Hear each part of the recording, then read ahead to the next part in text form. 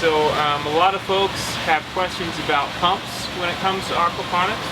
So this morning I'm just going to talk real quick about the two kinds of pumps that you can use and what's important when looking for when you're trying to find a pump.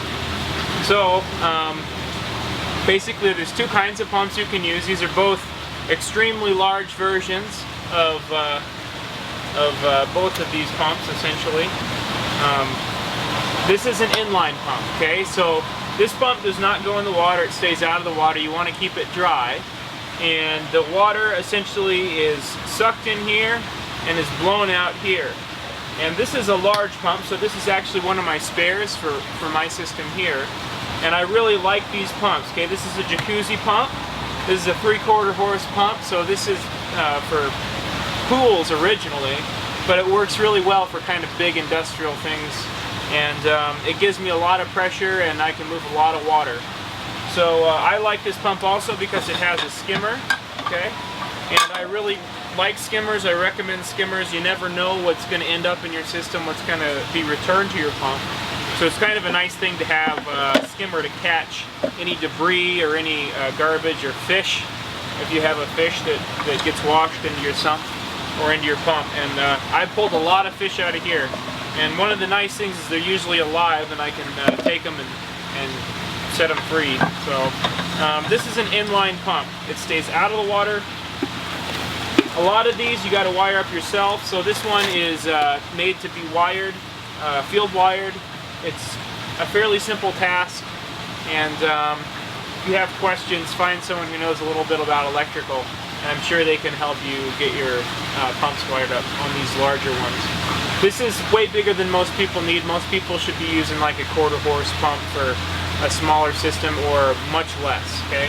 So this is rather oversized, but it's a good example of what an inline pump looks like. This, on the other hand, is a submersible, okay? And so this one's designed to go in the water.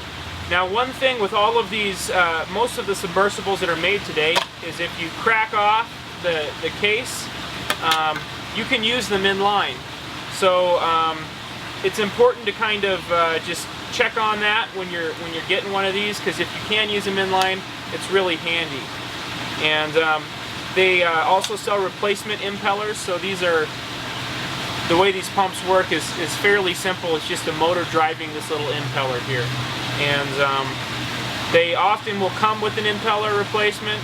If not, it's really easy to replace. That cap pulls right off, and you can basically just pull the whole thing out. So this is an Eco Plus. I like these pumps. They're pretty cheap, and so far they've worked really well for me. You can use it inline or submersible, as I said. Submersible is really nice for smaller systems. It's just a lot less to worry about, and you can save money on fittings, and you don't have to worry about leaks and all that. So that's the difference. Submersible goes in, inline goes out, but a lot of submersibles, again, can be used inline. So the important thing to look for when you guys are trying to pick out a good pump for a system is head height. And all of these pumps will be rated. They'll give you gallons per hour, okay? But they should all give you head height, and that's one thing you want to look for. Because if you need to lift water, that head height basically tells you how high that pump will push water or lift water, okay? So always make sure you check on that, and make sure you've got enough lift in a pump to get the job done. I think this pump will send it up like 10 or 12 feet. This is a 1056, never mind. This will send it up like 6 or 7 feet, but I don't have the chart in front of me. So check on head height, make sure everything will work for what you need it to. And if you've got to go for a pump, go oversized rather than undersized. It's always easy to choke a pump back, but it's a lot harder to get more out of one. So to do that, we use essentially drain pipes, and we run all of those drain pipes down here into our sump tank. So a sump tank is a component in a lot of aquaponic systems, and it's a pretty good deal. So I'll take the cover off here, and then I'm going to talk about